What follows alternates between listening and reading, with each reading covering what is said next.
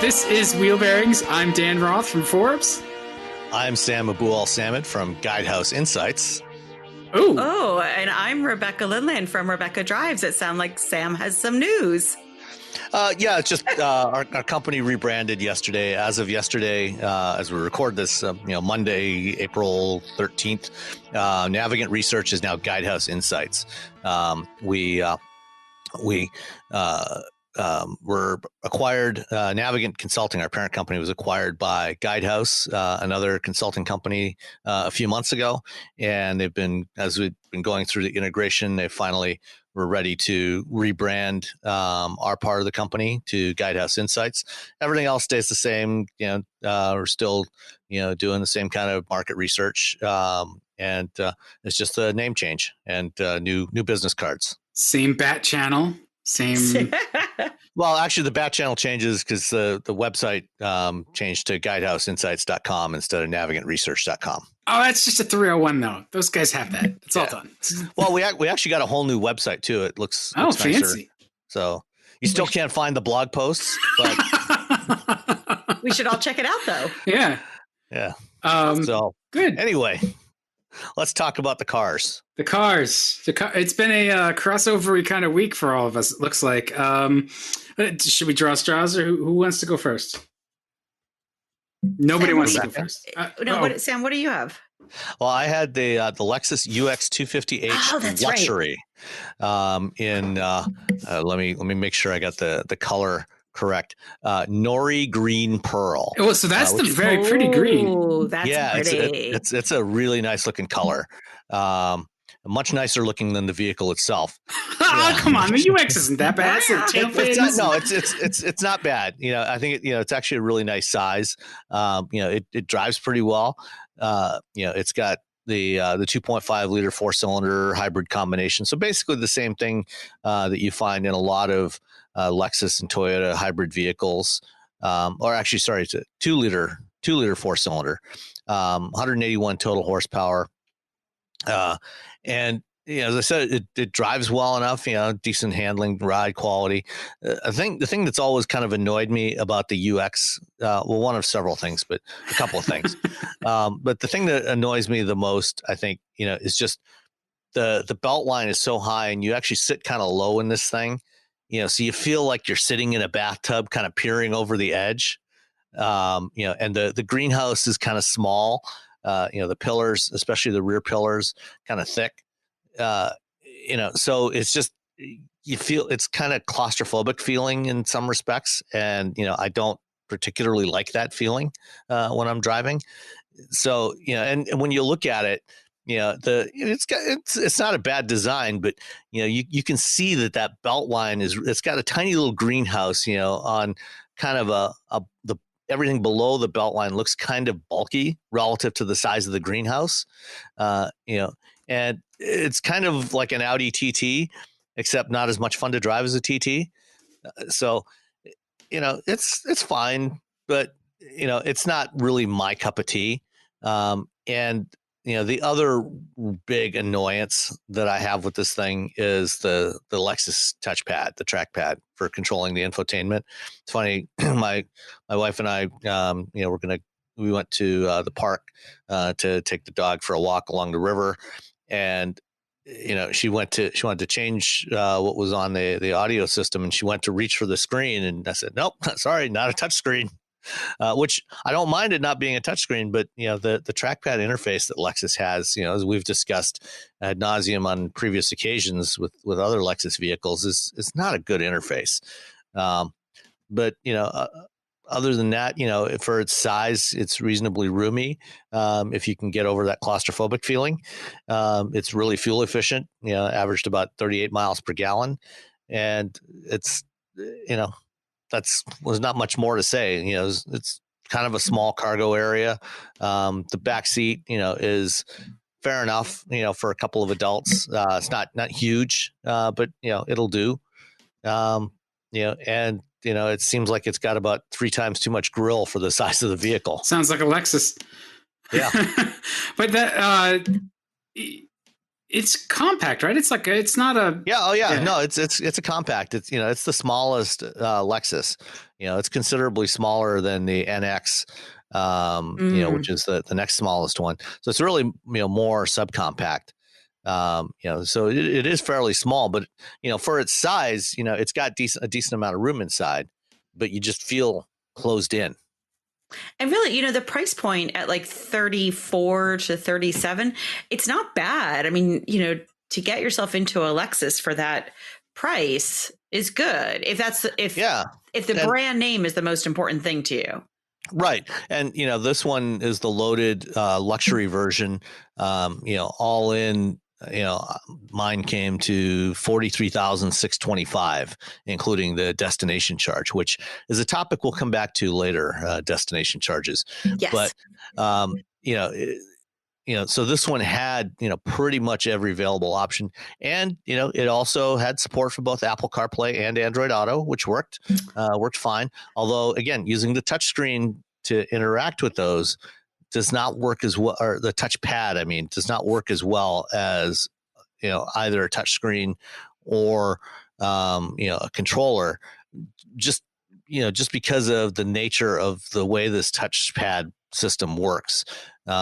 It's a relative touchpad, similar to what you get on a laptop. So it's not like the touchpad that Acura has in the RDX, which is, wherever you put your finger on the touchpad, that's, the same location on the screen is, where you'll be at. This is, you can be tracking across this touchpad, a couple of times to get all the way across the screen. It just doesn't work very well. It's not really intuitive at all. Well, it's interesting because I actually have the Lexus GS350 this week. Now, that's not the vehicle I'm going to be talking about because I've talked about the vehicles I had last week. But today, I actually drove down to Long Island because there's no traffic. And so I told you guys I drove there and back. And it has this 350 has that awful touchpad. It did not have Android Auto or Apple CarPlay. And I was on the phone with my brother and another call came in and I didn't want to take that call, but it kicked off my brother's call off Bluetooth. You couldn't figure out how to reject the call? Well, I wasn't going to bother with it. I was just going to let it, because it wasn't like bothering me. It was just, I could see it coming in and I was kind of navigating some turns and I was like, okay, I'm not going to worry. But then I was like, okay, go away. So when I did decline it, it had kicked my brother's, the call I was on, it kicked it off of the Bluetooth, which I thought was bizarre. Yeah, so, that is pretty strange. Right.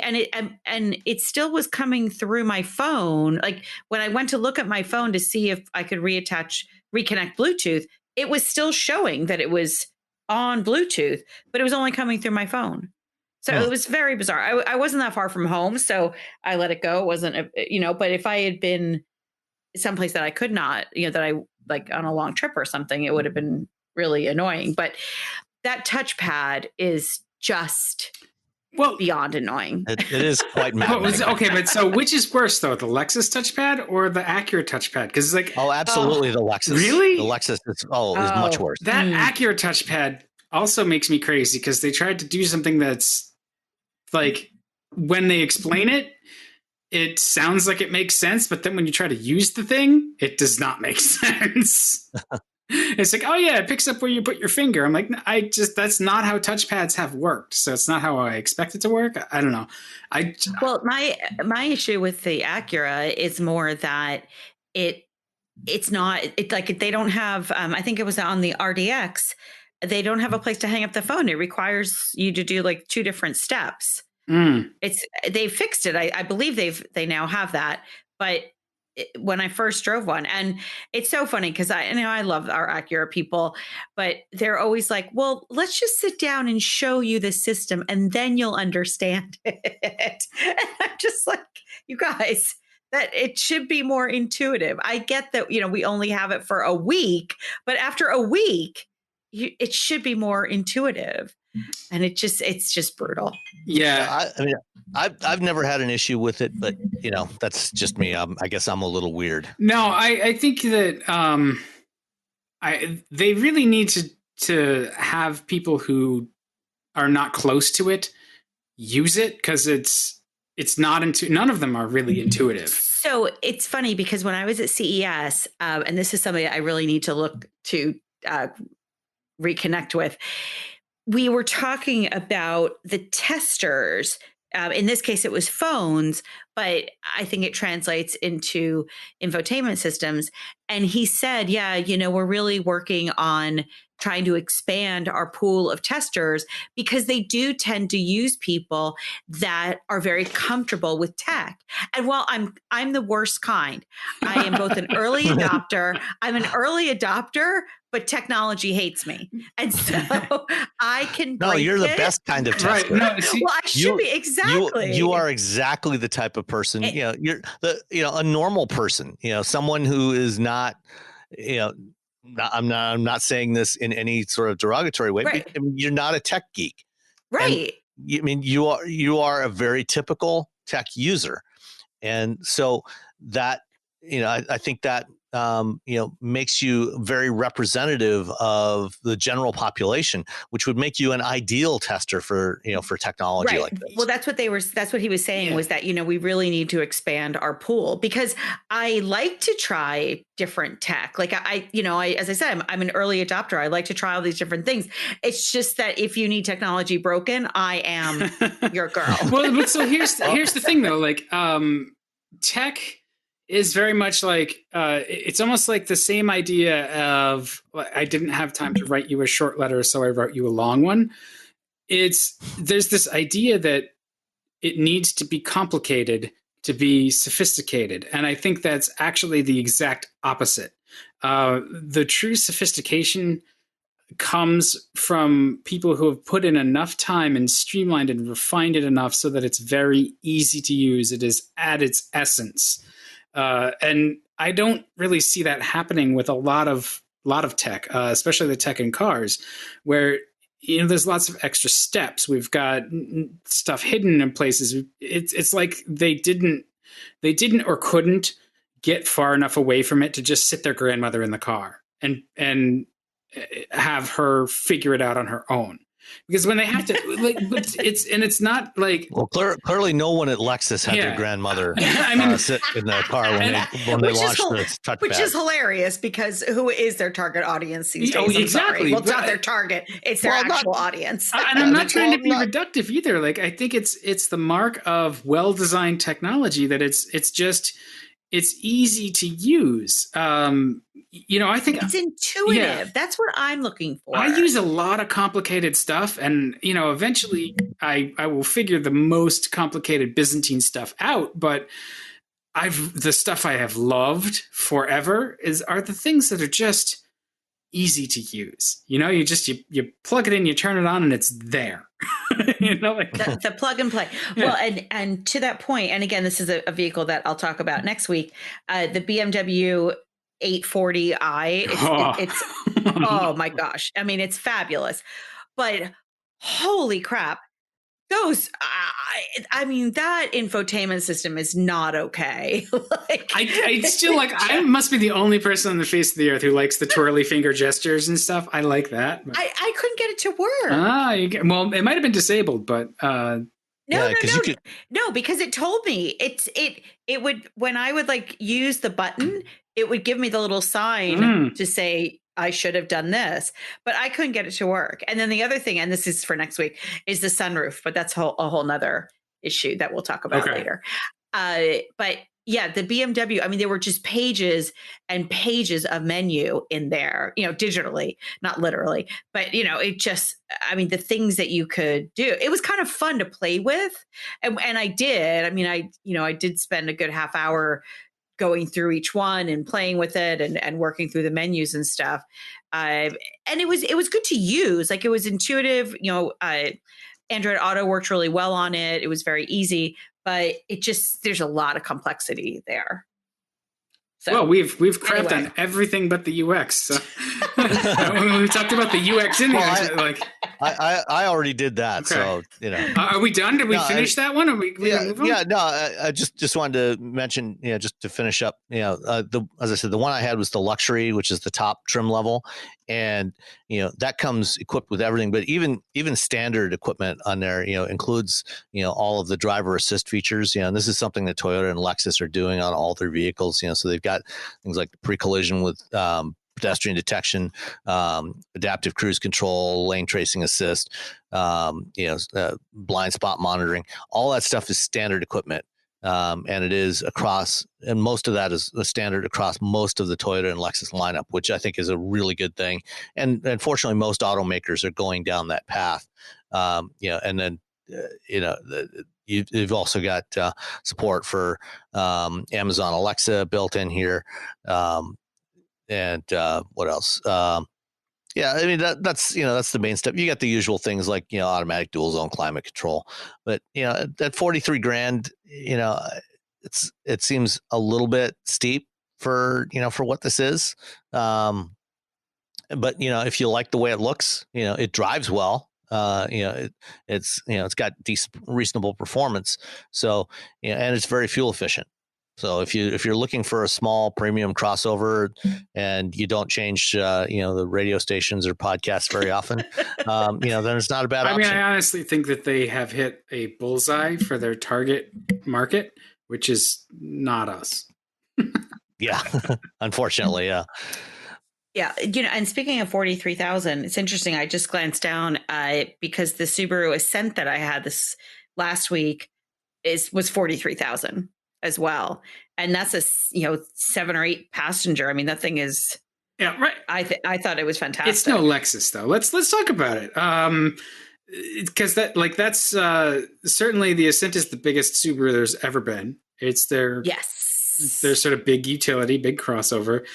I like it.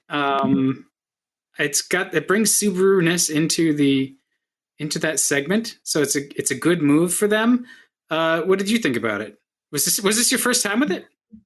It was my first time with it. I really don't get a lot of Subarus, so it was nice to have the opportunity to drive it. I really liked it. I mean, I thought it was super comfortable. I thought it was really, I enjoyed driving it. The CVT was a little annoying at times. There were definitely places where it sort of downshifted where I would have preferred it not to have done that. But you know, overall, I think the interior was super nice. They just did a really good job with it. You know, I really liked it. I think it drove smaller than it looked. It had a nice level of insulation, so it was quiet. The visibility was really good on it. The whole layout, the infotainment system, everything that you kind of want. You know, there's tons of cup holders. Like, I just felt like it was just a really good. It was a good family car, huge sunroof. I just kind of had a good time with it. It's one of those cars that, like, when you get in, you start to drive it, you don't feel like you've got to fish around for things. Like, things were ergonomically where I wanted them to be. And I like that. I think that's important. Yeah, that's Subaru's shtick, right? They're simple cars to operate. They're friendly. I found it actually kind of like pleasant and relaxing and familiar, and that sort of like everything is as you'd expect it, which is like that's hard to do. It looks and feels just like a Subaru. I think the CVT and I think that has it's got the 2.5 liter turbo. 2.4 liter. Okay. Yeah, and it's a CVT with 8-speed manual mode is what they call it. That's ridiculous. Manual mode's in a CVT, correct me. But it generally feels pretty good. The CVT helps multiply the torque from that engine.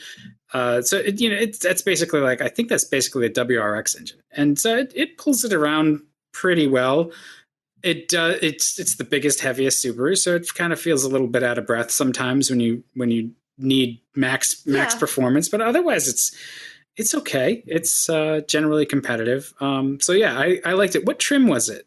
I had the limited. Okay. So the base model I think starts around 32. This one was $39, and then it had the option package with the Harman Kardon stereo, although that was not great. That was the only thing that Jake and I were driving around, and we kind of blasted it at one point, and we kept trying to we kept playing with the treble, the bass, trying to adjust the levels, and we just couldn't it was really tinny. I think that was the one thing that we really were a little disappointed when you about. Want that DX7 to cut right through in Paradise City. Exactly. Well, so it was very interesting because I had the Toyota Highlander also, and they're very competitive against each other. And that stereo was great. So that stereo was much better, but the car itself, no. Because I bet, and this is just total inside baseball, I bet the Harman Kardon and the high-end stereo in the Highlander. Oh, it was a JBL. I'm sorry. Those are both Harman. same company. Yeah. Well, there's Harman has like a dozen different audio brands. Yes. Yeah. Almost every manufacturer has something from Harman. Yeah, exactly. But they were the treatment, the end result was quite different. Yeah. I will tell you though, that I was disappointed with the Highlander. It had a very tinny feel, especially when you open and close the doors. There was not that nice thunk that you want in especially a vehicle that's $53,000. Well, you know what? I mean, and the Highlander is all $50,000. I'm sorry, $50,000. The Highlander is the newest in the segment. So how does it compare to the Ascent, which is it's like 3 years old now? I know, but I mean, really, because they are the same class. They are. And, this is what I said on the site. I said, you're never going to go wrong buying the Highlander, but I do think that it's worth shopping around, because when you think about what you get in like the Kia Telluride and the Hyundai Palisade, did I mess that up? That's right. Yeah. I wrote it and then I thought, wait a minute.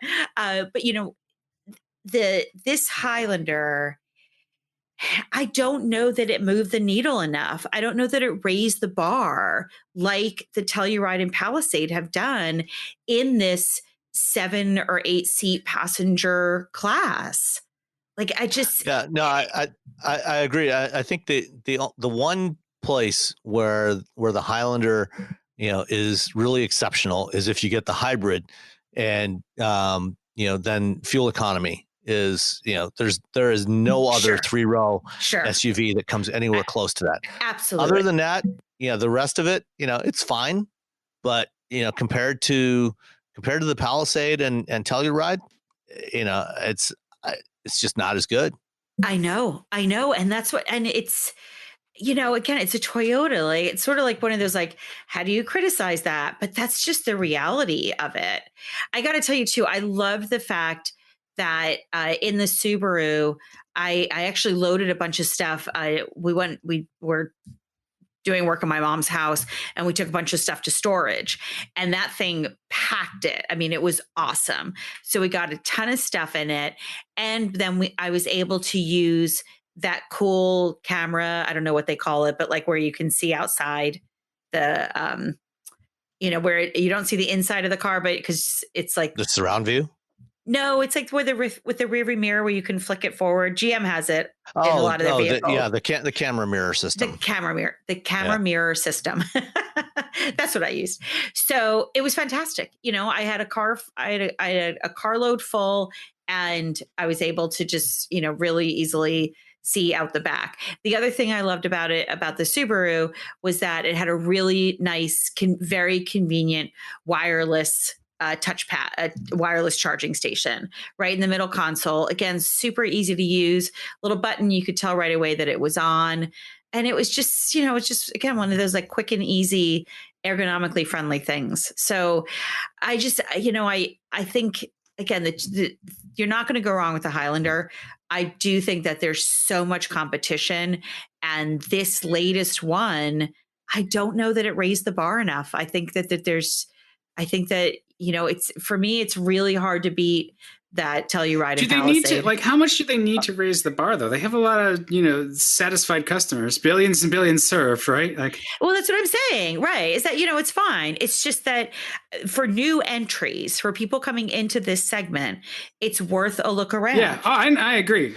I'm curious, what did you think of the design of the new Highlander? So it's very Lexus-esque. I mean, from the back, but I think that it's a nice design. I mean, I think it'll age fine. It's nothing, nobody was stopping me in the parking lot to ask me what it was.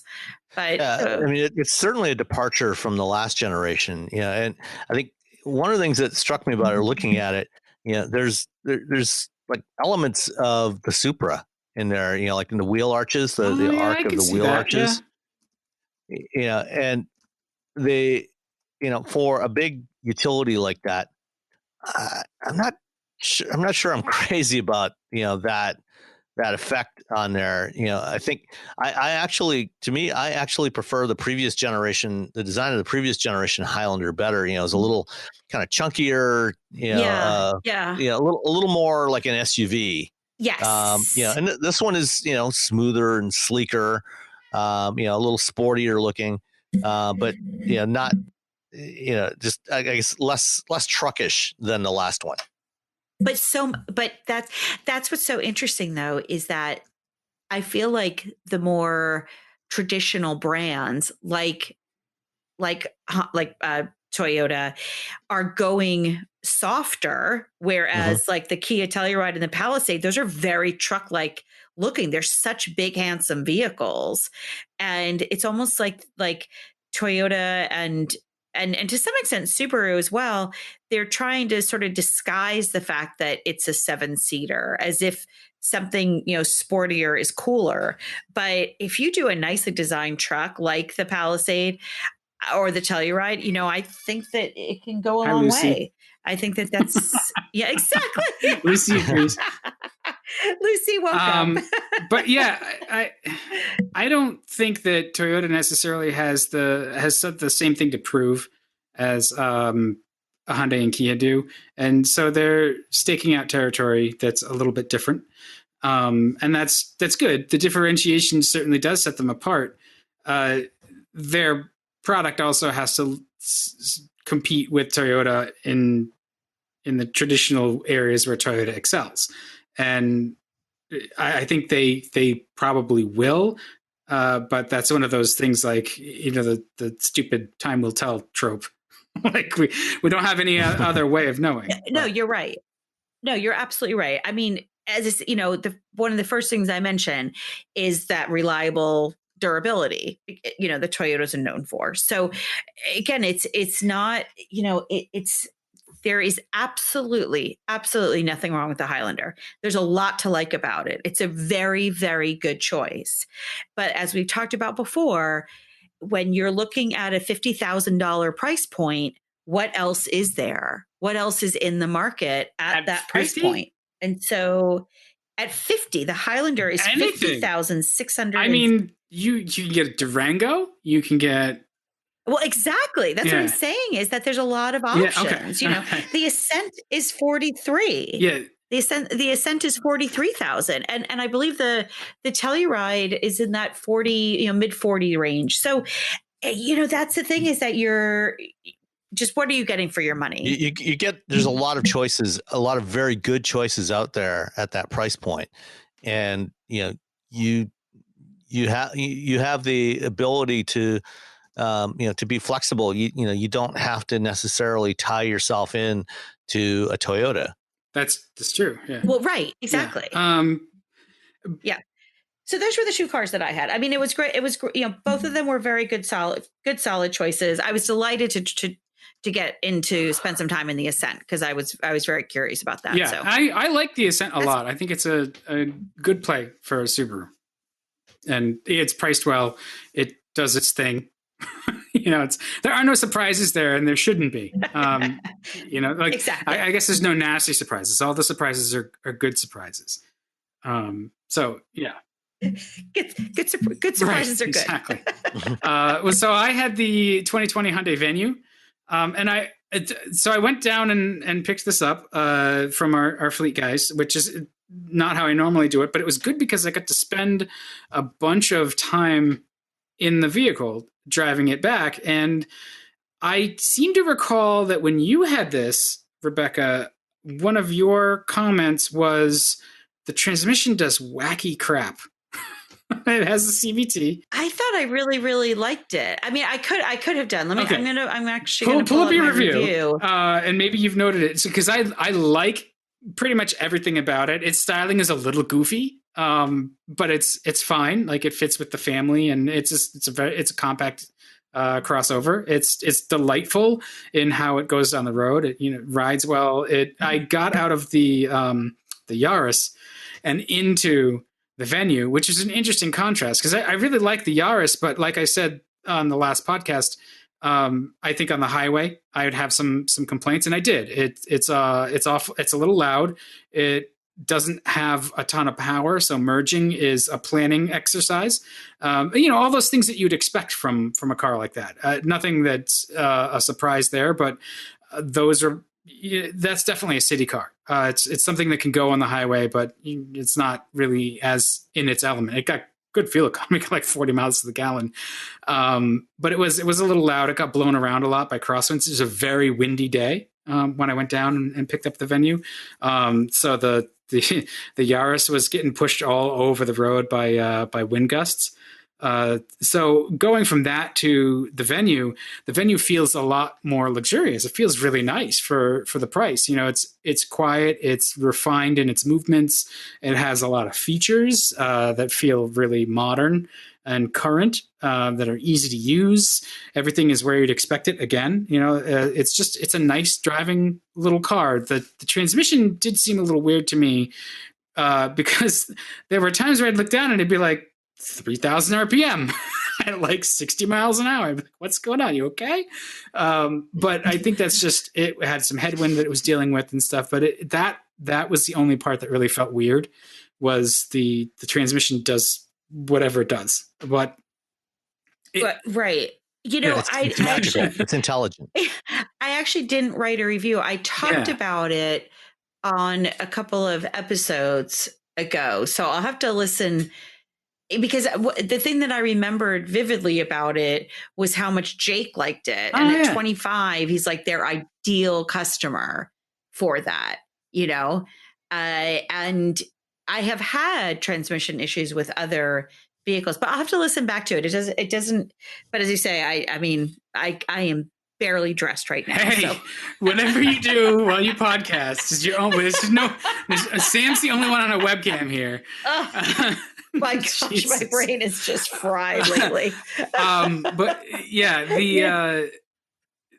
it's a great choice for anybody who doesn't need something larger and sort of any age group. I could see this. I was thinking about my parents who are in their 70s, and they could certainly downsize to something like this, and they wouldn't feel like they're giving up anything. If it's nicely equipped, and even with the transmission doing whatever with the ratios, it's quiet enough and isolated enough from you that you don't really hear the engine ticking along at 3,000 RPM, and it doesn't seem to care.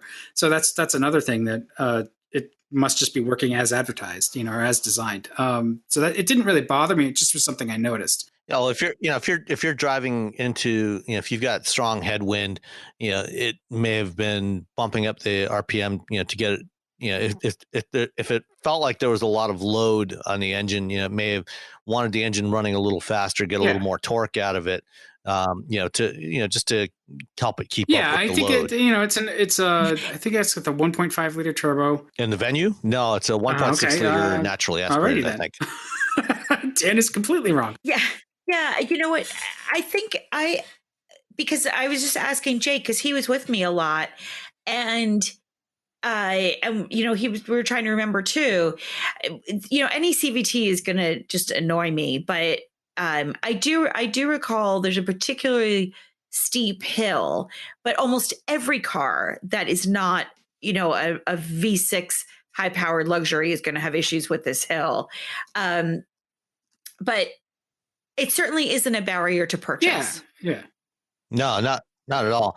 Yeah, and I just looked up the specs. Yeah, it's a 1.6, and it's only got 121 horsepower and Oh, 113 it does foot-pounds just of fine torque. for that. At, Then it does a lot better. The torque peaks at 4,500 RPM. So, it was probably just going up to a little bit lower ratio. Bump up the revs a little bit to give you enough torque just to keep up against the wind. That's what I figured. I haven't had an opportunity to drive much lately. There's been a thing, so I've been kind of home with it. But yeah, So where'd you have to go to pick it up? Did you go to Hartford? No, I went down to Automotion here. So oh, that's right. Okay, yeah. So Shea Bugsy, right, and picked it up there. It's interesting that we're all still getting cars. I worry about the fleet guys. Most of them are retired guys, and I worry about just the health of the fleets. The automakers are parking cars. And the fleet business is not a high margin business. So I'm hoping that everybody kind of pulls through So I have a different theory on that. Are we done talking about cars? Yeah. Okay. So I agree. I'm very thankful that we're still getting cars. I had a PR person reach out to me today to see how it was going. And I said, look, it was the vehicle that we were talking about. I had done a couple of Instagram posts. I had done a review. We had done wheel bearings about it. And I said, all those things I can do with a car, and I can't do any of them without cars. So, I think their plan is to try and continue to get us cars. But, when you think, and this is really off on a tangent, so you can pull me back if it's not appropriate. But so, when you think about post-pandemic world, I wonder about whether we're going to have vehicle launches in the traditional manner that we are used to, flying off to some exotic location where they all bring us cars. They bring the car, they bring us to the car, right? You have to look and say, let's say a program is $1 million. How many cars could they produce for their media fleet and send out to like the top 20 people that are going to review it and put information, and do a review? What's going to really be their ROI on something like that, on investing in their fleet as opposed to investing in this, a week-long festival of media launch? Well, it's funny you bring this up. Just this afternoon, I was having a call with a writer from Automotive News for a story he was working on. And, we were talking about this, because he was asking, what my thoughts were, on some of these virtual online launches, that companies are doing. Hyundai, did, an online webcast for the launch of the Elantra a few weeks ago that we talked about, and, some of these others. And he asked if I thought that they would continue to do that after this was over. And, what I told him was, back in 2009, during the recession, the company I was working for at that time, we were actually doing a whole bunch of webcasts for a bunch of manufacturers, and this was, fairly early iterations of that, the technology compared to what's available today with YouTube Live, trying to do the streaming of these events. I was the technical director on this stuff, and, it was just a nightmare trying to keep these streams going. But, they were in a similar position where they were trying to save money, trying to reduce the cost. And, they did this for about a year. There were a whole bunch of events that were webcast like this. And ultimately, as soon as things started to turn around and they had some money again, they stopped doing that. And they went back to, the traditional approach of actually, bringing people out. Like I know BMW, for example, did a couple of events where they would do just a single wave of journalists, so rather than, have 3, 4, 5 waves, a whole week of this, they would bring out one group, webcast the presentation, and then, have a small group actually drive them, and then, distribute the cars out to the fleet and let people drive them locally.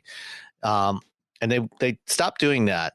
And I think that they'll stop doing that again this time, because you actually miss out on quite a bit, when you don't attend, when you don't get to meet up, at these events, we get to meet up with, executives and engineers and designers, and spend some time talking at length, at least at most of these anyway, talking at length about, what went into this, why did they do things a certain way.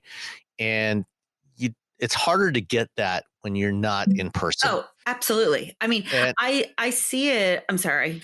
I didn't mean to interrupt you. Well, just, the last thing I just wanted to say, in the larger context of when you look at what the PR, the media budget is for automakers versus what their marketing spend is for advertising, we're talking billions of dollars that major automakers spend annually on advertising. Still can't make an ad that sells a car. Exactly.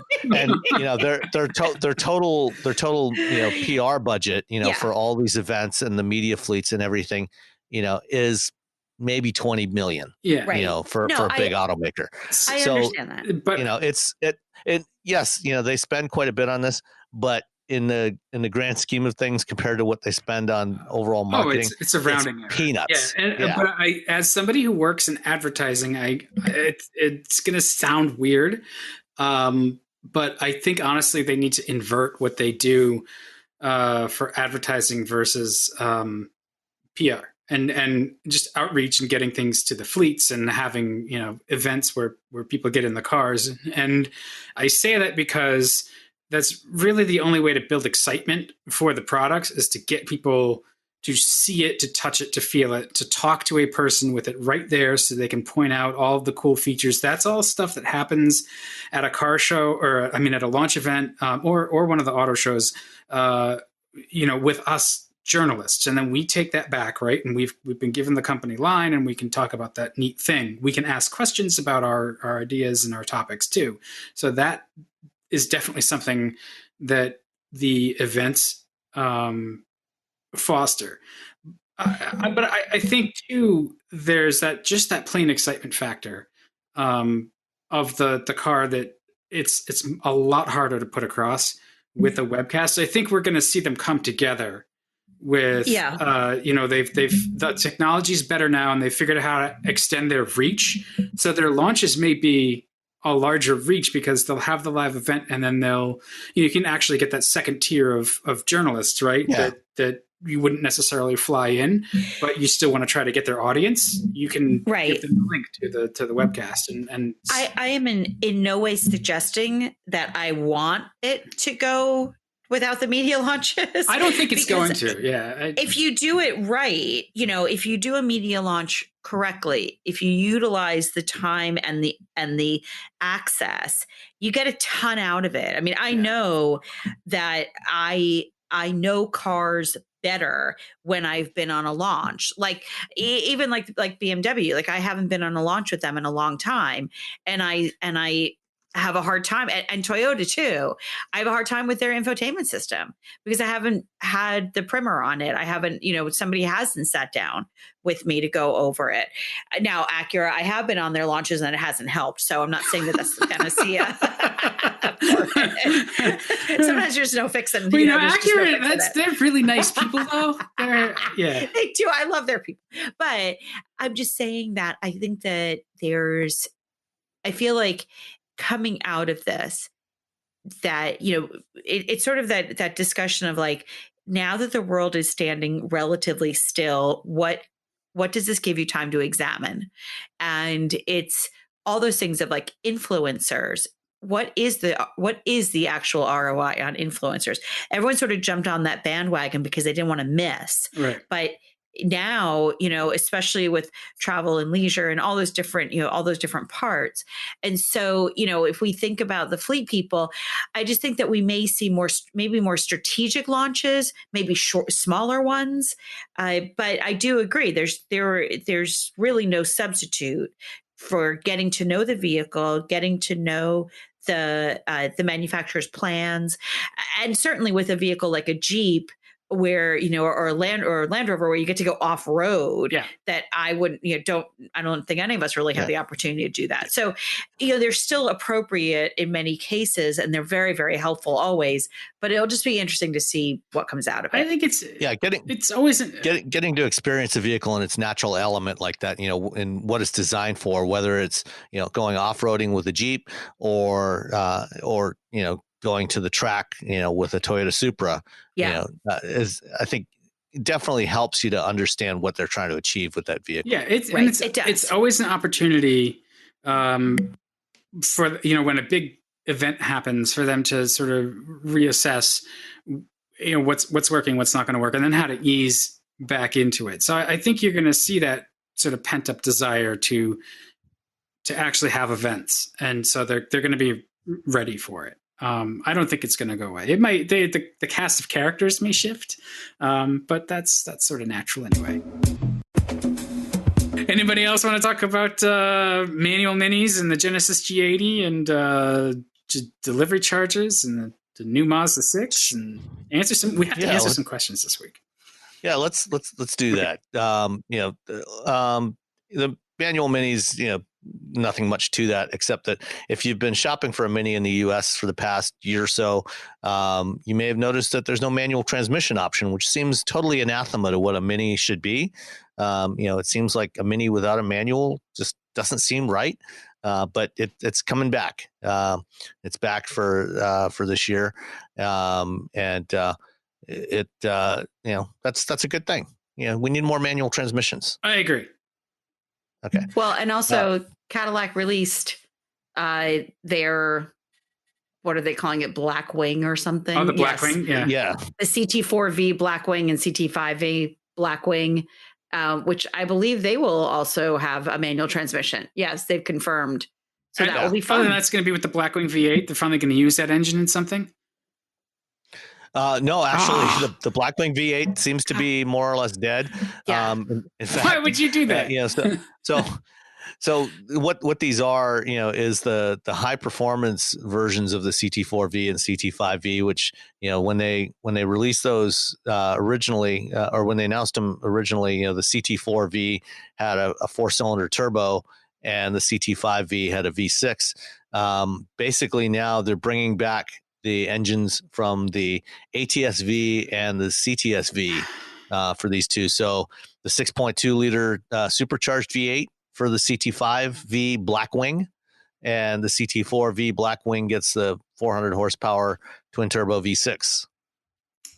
Okay. And a manual transmission. I just and manual why would you develop a whole V8 engine? What the hell, Cadillac? Well, first of all, it's a twin cam, V8 engine, so it's pretty large. I'm not sure. I don't think it'll actually fit in either of those cars. It's too wide. It doesn't matter. They didn't put it in anything. Well, they put it in 500 CT6Vs, right? And that's it. I think the core of that engine may end up being part of a future iteration of the Corvette. Maybe the ZR1. Whoever managed to sell management on that project, they must be brilliant. He works for Volkswagen. Oh, really? Now. You think that was? Yes. How did it was Johan who did that? I believe it was Johan that pushed that through. How do you manage to get that through? It's such an asinine thing. Yes, we're going to spend. How much does an engine cost to develop? A couple $100 million. Oh, that's not as bad as I thought. I thought I was going to say it's got to be. Well, it depends. If you're talking about tooling up a high volume production line for an engine, developing the engine in a high volume production system, probably talking about $250 to $300 million. In this case, these engines were basically hand built. It was never meant to be a high volume engine. In fact, some of the components were built by Cosworth and came from various other suppliers. So, I think it turned out to be less volume than they even anticipated, but it's still, was never meant as a high volume option for these vehicles. It's funny, a few years back when they launched the CT6, I wrote something at the time about, the end of the Cadillac V8, because, when they launched the CT6 without a V8 option, just a couple, twin turbo V6 and a naturally aspirated V6. And Johan responded on Facebook, saying that, nope, there's definitely a V8 coming. So I think he was the one that pushed that through. Huh. That's okay. I'm sorry for the money that just went up in flames for that. Because I'm sure it's a great engine. I'd love to try it out. It's me too. But there's never been one in the press fleet. Yeah. Okay. Sorry. Moving on. The Genesis G80, all new for 2021. Third generation of the original Genesis. They did an online reveal of that, as we were just talking about. You guys looked at this thing? Yes. What do you think? I think it's got a lot of Jaguar in it, and I think that's good. I'm not as offended by the large grille as apparently the rest of the world is. I think they have bought some very good designers, and they're letting them do very good design for all of their cars across all of their brands. And this is just another example. They're really giving Genesis a personality, and I love it. Yeah, well, you definitely need to separate it apart from Hyundai. If you're going to have a separate brand, it really needs to be set apart from the mainstream brand. What do you think, Rebecca? That says it all. I have a lot of respect for Luke and Sung Yip, the two designers at Genesis. I've met with them many, many times. I actually don't mind the front end as much. I do think the grille is enormous. It is big. Yeah, it's enormous. But I love the headlamp treatment. I love how it kind of carries around to the side. I'm not a fan of the profile. I don't really like that big kind of heavy C-pillar treatment. Yeah. If that were the one criticism, it does look heavy towards the rear with that C-pillar. Right? Yeah, I don't know. That's my only issue. I can't wait to see it in person. I think the interior is going to be gorgeous on it. And maybe, again, this is to our point of talking about, seeing things online versus in person. It can be very, very different. And so, I think the front is really cool. I'm reserving judgment on the side and back. I like the profile. I'm not as offended by the back as you seem to be. The interior, definitely seems fabulous. Very much like the GV80. Yes. And clearly, this is a car that was meant to debut in New York this week for the auto show. And obviously that didn't happen. But looking at the one photo we have of the interior, you can see it's got a lot of the same elements, the knurling on the control knob in the middle, and on the temperature control knobs. They've done a lot of the same kinds of detailing that they did on the GV80, and I think the GV80 looks fabulous inside. So that interior is gorgeous. I'm definitely looking forward to trying this out, and I do like the effect that they've done with the headlights. Kind of the two, stacked, slim horizontal headlights. On each side. Two of them, one above the other, with the signature lighting there in between. Yeah, I think that's really cool. Yeah, it's a really nice effect. This is definitely another example of where seeing something in person can give you a really different impression of something. Well, what's the sort of meat and potatoes about the car too? It's a new platform, right? So it's based on the same architecture as the GV80, so which is their SUV. So it's a rear drive platform as before. Lighter, stiffer. 3 engine options globally, 2 for North America. I think the 2.5 liter turbo 4-cylinder, and also a 3.5 liter twin turbo V6. 380 horsepower, 304 horsepower. And in some markets, there will also be a diesel, but we certainly won't be getting that here. Yeah. I think this also very much represents, the work that Manfred Fitzgerald, who came from Lamborghini to run Genesis, he has now been kicked out. But I think it represents his vision of the brand and his team. Most of his team is still in place there, as far as I know. But I think this is, the GV80 is one of the first vehicles that really had more of their stamp on it. And so, and they were very, very adamant about making Genesis different and separate from Hyundai. It's not always easy to do that, but that was, one of the things that was really one of their tenets of the brand. Yeah, well, I mean, if you're going to have a separate brand from Hyundai, and force dealers to invest in separate showrooms, you really do need to make it quite distinct from the mainstream brand. And they've definitely moved in that direction with the design. It's quite different. It doesn't look like any Hyundai. Right, exactly. Yeah. And they did the same thing with the G90, because I drove that back in, I think, December. And that, again, is very distinctive, enormous grille, but has a lot of similarities to this. So I think they've got that signature down, and that we'll see run throughout the brand. Yeah, I think, it's funny, both the G80 and the G90 both have this large grille. Interestingly, on the G80, they've kind of sloped it back a little more, whereas on the G90, it's more vertical. And to my eye, for whatever reason, it doesn't bother me as much as it did on the G90, just because it doesn't look quite as in your face. To me, I don't know. It's a bigger vehicle. Maybe it's a little bit more proportionate. It's funny because I'm sorry. It's a subtle difference, but it just works better for me. Yeah, well, it's funny because I was just looking at the pictures from that launch, and I don't like that back end either. So I don't know. Maybe it's just we have different taste in asses, apparently. I guess so. But there's one for everyone. Exactly. Jesus. I'm just going to leave that there. Let's move on. All right. Another rear drive sedan that's coming up. Apparently the Mazda 6 is going to go rear drive for its next generation. What do you think?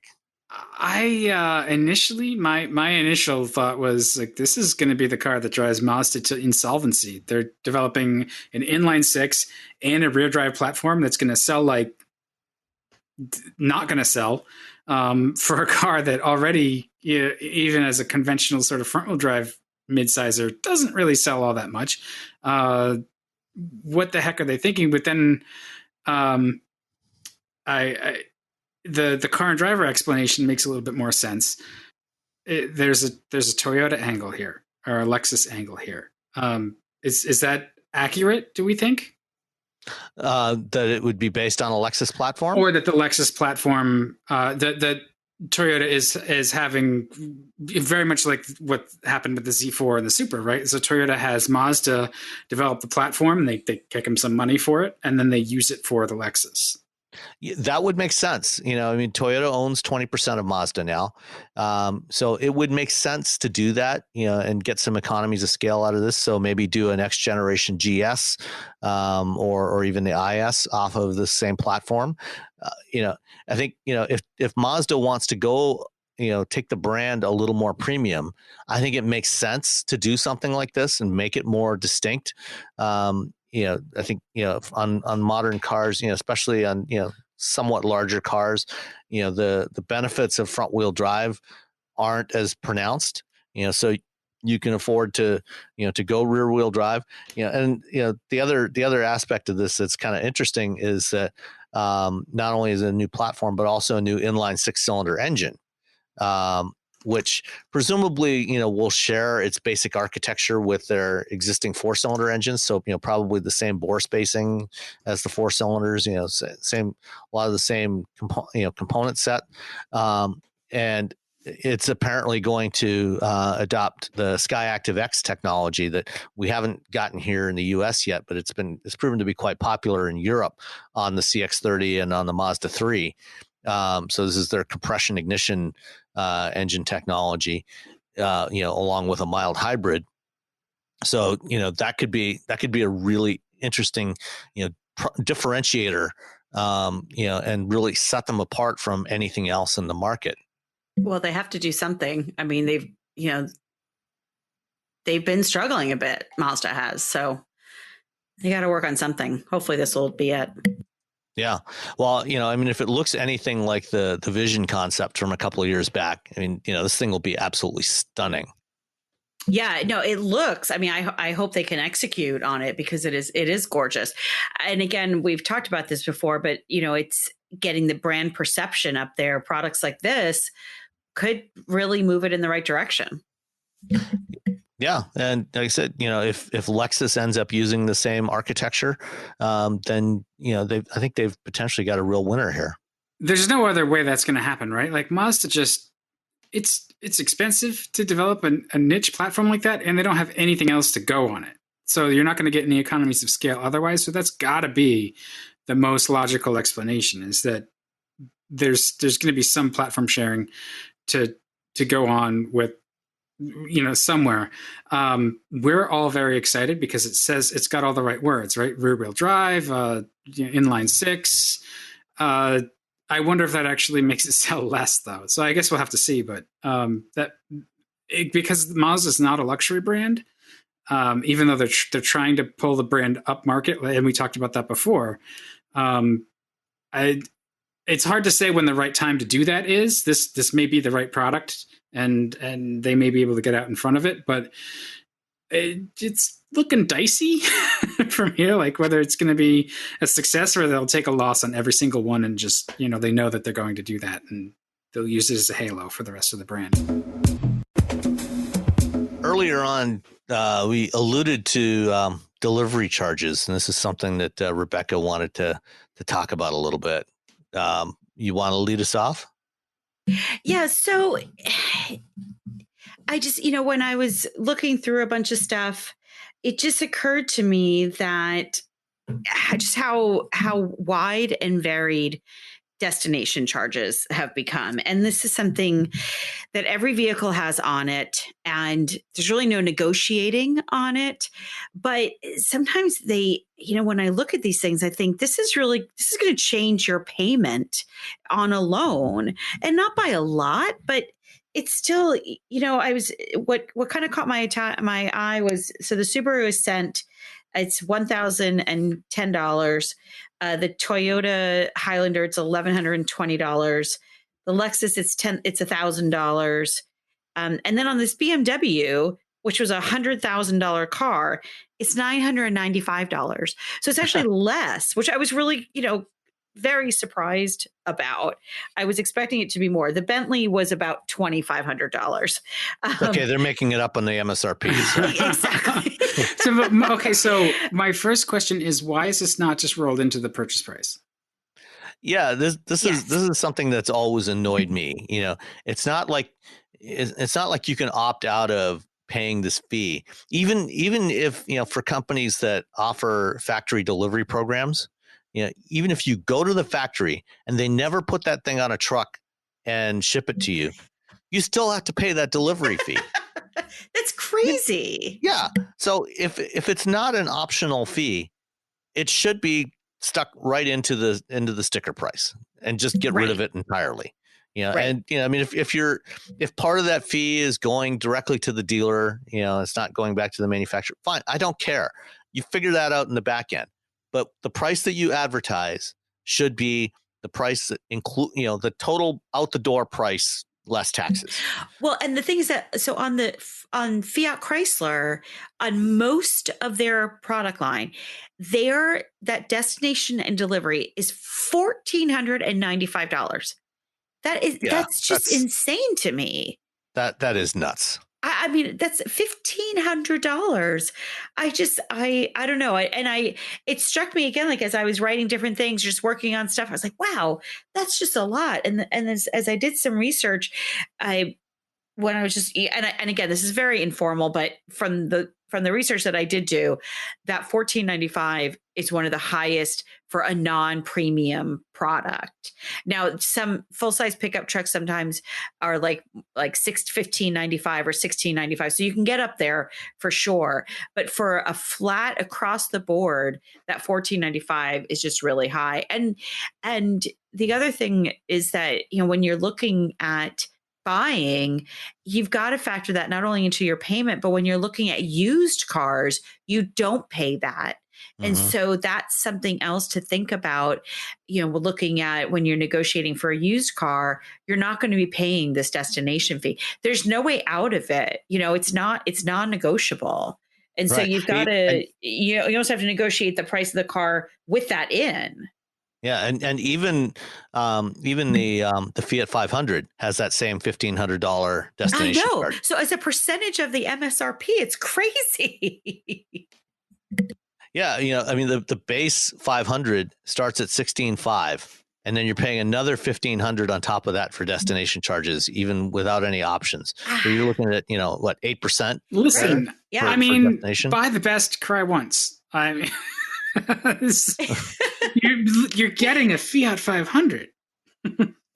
I love my little Fiat 500. So, but yeah, it was just something that, you know, kind of came into my head today. And I thought it would be interesting to not only bring it to people's attention, because they have gone up considerably depending, and they do vary so much across manufacturers. You know, let's and it's just, you know, it's something else to keep an eye on. Yeah, I think and we should have him on as a guest on one of the shows. I have a internet car friend who spent time in the automaker side dealing with dealers. So like a zone rep. I'm not sure exactly what his position was, but he could probably speak to some of this stuff from the retail level that we wouldn't have considered, not having been part of the automotive retail industry. So we should try to get him on, and yeah, I think that'd be interesting. Pepper him with questions. Why does it suck so much to buy a car? Now that we've figured out our tech stack, right? Like, well, and to that end, also, I mentioned this last week, but looking at some of the coronavirus relief plans, more manufacturers have come out with them. Jaguar Land Rover just announced yesterday. So if you do have a loan through the manufacturer's privately held or captive finance company, you know, do look at it. And if you need deferred payments, there is opportunities out there for people. So shall we get to some questions? Yes, we should do the questions. Questions, please. We've solicited them twice. We should go through them. So first one here from William Maley on Twitter. I said, aside from delays in product launches, media events, and auto shows, do you see any other consequences, both good and bad, coming from COVID-19? Certainly lots of bad consequences. Either of you have some thoughts before I dive in? I'd love to hear what you think. I think it's going to be that the sales are going to have a tough time this year, at least this year. Yeah. Well, for several years, I think. You know, my colleagues have been working on updating our sales forecasts for the next decade. You know, based on what's been going on, and you know, we actually just had updated them recently before, you know, all of this happened, and we decided to go back and revisit those, and we put together a report that we're going to be publishing in the next week or so. But basically, you know, the projection, you know, globally for 2020 had been somewhere around 95 million vehicles.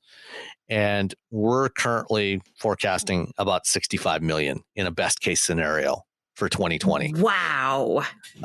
And depending on what happens, you know, especially here in the U.S., you know, if we, you know, reopen the economy too quickly and we get, you know, some follow-on flare-ups of the infection and have to shut back down again, you know, it could be much worse. I mean, you know, we could be looking, you know, down as close to 50 million, you know, potentially in a worst case scenario.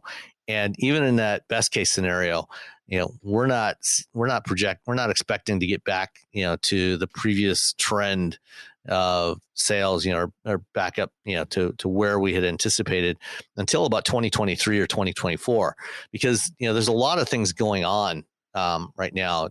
Obviously, we're going to have huge unemployment through the remainder of this year. I mean, there's a lot of people out of work, and a lot of those jobs that, are not going to be there even when we open back up again, because a lot of small businesses, are not going to make it through this.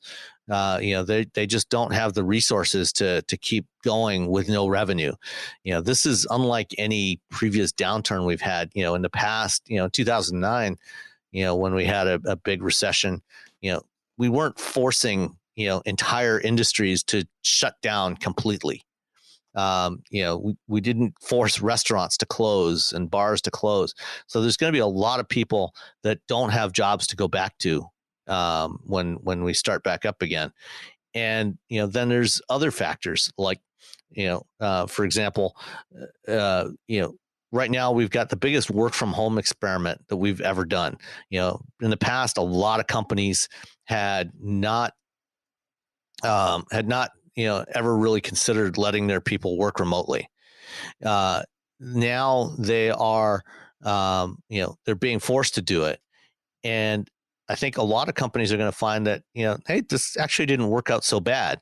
And so I think there's going to be a significant portion of the workforce that may end up working remotely on a permanent basis, either full-time or part-time on a permanent basis going forward, which means you're going to have fewer people commuting. So there's going to be, less wear and tear on cars. The lifespan of cars is going to increase for a lot of people. They're not going to need to own as many cars. Maybe a household with 3 cars goes down to 2 cars or even 1 car. So there's going to be a lot of potential societal changes going forward that are going to impact this. And then on top of all this other stuff, you've got what's going on with oil prices. Oil prices are in the tank right now, and if they don't go back up, that's also going to put a lot of downward pressure on sales of EVs. Around here, there's a lot of gas stations where you can find gas for $1 a gallon, which, we haven't had since I was a kid. So, the overall situation for the auto industry is going to be really bad. And, right now everybody's trying to conserve cash, to get through this period.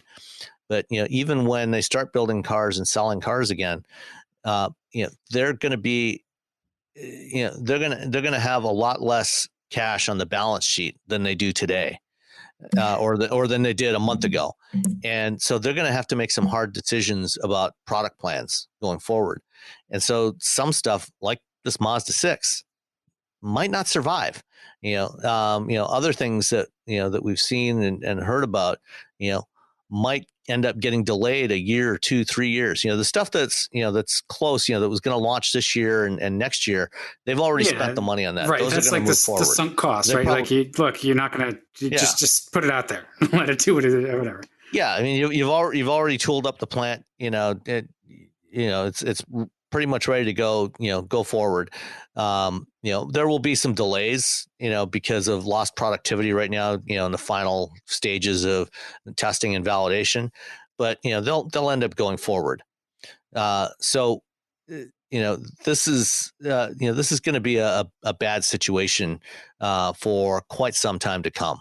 And we've touched on this in the previous podcast as well, but I think, when we think about that, the potential for like 60 million versus 90 million vehicles sold, I think we also have to think about what different vehicles are, or what that mix is going to look like. And it's, you can speculate all you want, but this work from home phenomenon, is something that's very, very interesting, because,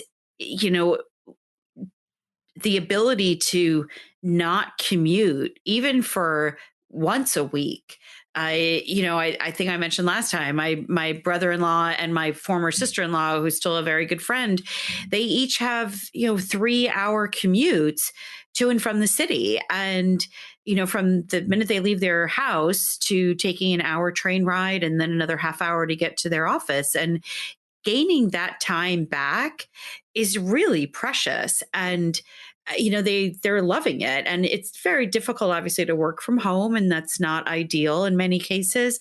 My brother-in-law in particular, they work on big finance deals, and he said it's just so hard to not have everybody in the same room. Like they often have like a war room, when they're financing things like stadiums and stuff. These are big finance jobs, projects that he has. So there's definitely opportunity, and I can see a growth pattern for working from home. But I think there's also plenty of people that would prefer to be back in the office and to have everybody, at their fingertips and being able to go into different people's offices quickly and easily. So I know, from working from home when I worked for Kelley Blue Book and everybody else was in a different office, I was the only one that was remote, which is an unusual circumstance and not what we're talking about here. But it definitely put me at a disadvantage being in a different time zone and being remote. So I do also think about like companies like WeWork, where they ahead of their time in some ways. And, there was a lot of other scandals, obviously, with that company. But the idea of shared workspace, where you just have temporary offices, or you have, shared workspaces where you can go in if you need to. I think that is something that is a bit in its infancy now, but could really grow as we change and through this experiment, as you called it, Sam. It could be really different. It could be a brave new world. Obviously not everybody that's working from home today is going to continue working from home, but even if 10, 20%, we're talking potentially millions more people working remotely, and companies are going to look at that and say, okay, we don't need as much office space. We don't need as much commercial real estate. So, you're going to see contraction in that sector. You're going to, if that happens, then, a lot of businesses that serve those companies, are similarly, going to contract, restaurants and bars and dry cleaners, that provide services to the people that work in those offices may end up going out of business as well. So there's going to be this huge cascading effect going forward. I'm anticipating a few things. No matter what really happens with any kind of decrees, there's going to be a large group of workers who have the ability to say, look, we've proved this can work. Let's just keep doing this until we're really sure, because if we go back and we're not 100% sure, the disruption is going to then be much worse. So let's continue our business. And so those of us who can do it comfortably are going to still do it. I think you're right, though, that economy cascading effect is we don't even know how bad that's going to get. And we don't know what the measures to stimulate might be. There's been chatter about a cash for clunkers thing. I don't really know if that's going to work. It's going to be interesting to see what kind of cars people turn around and buy. Yeah, well, I mean, if you've got tens of millions of people out of work, nobody's buying anything.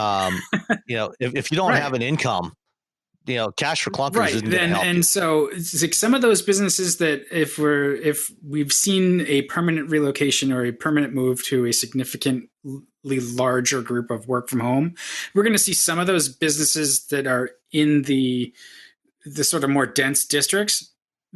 Some of them are going to move, right? Like the businesses will come out to where the people are, because even work from home at a certain point during the day, those of us who've been cooped up now for 6 or 8 weeks, we're going to want to go get a coffee at lunchtime or something. So there's going to be businesses that pop up in our locales to serve that need. It's not going to be the same. It's not a one-to-one replacement for sure. So there's going to be economic pain no matter what.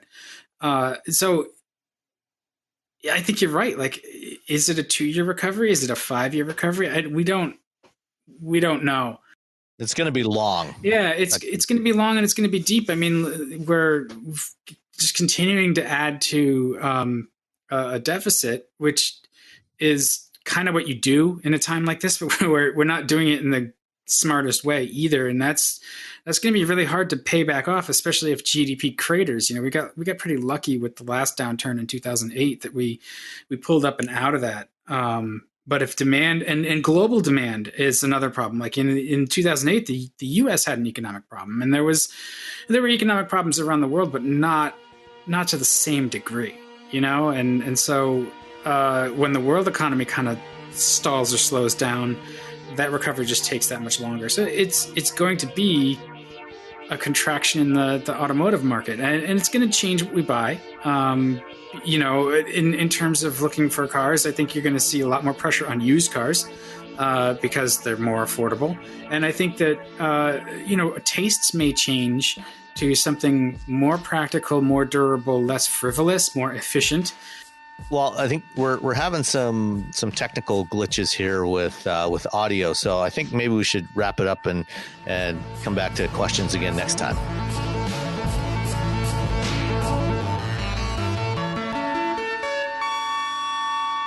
Thanks for listening to Wheel Bearings. Find us at wheelbearings.media and on Twitter as @wheelbearingscast. Remember, there's only one vowel, that's the A in cast. We're also at Car Review Tweets on Twitter, or you could just email us. That's feedback@wheelbearings.media. Thanks again for listening to Wheel Bearings.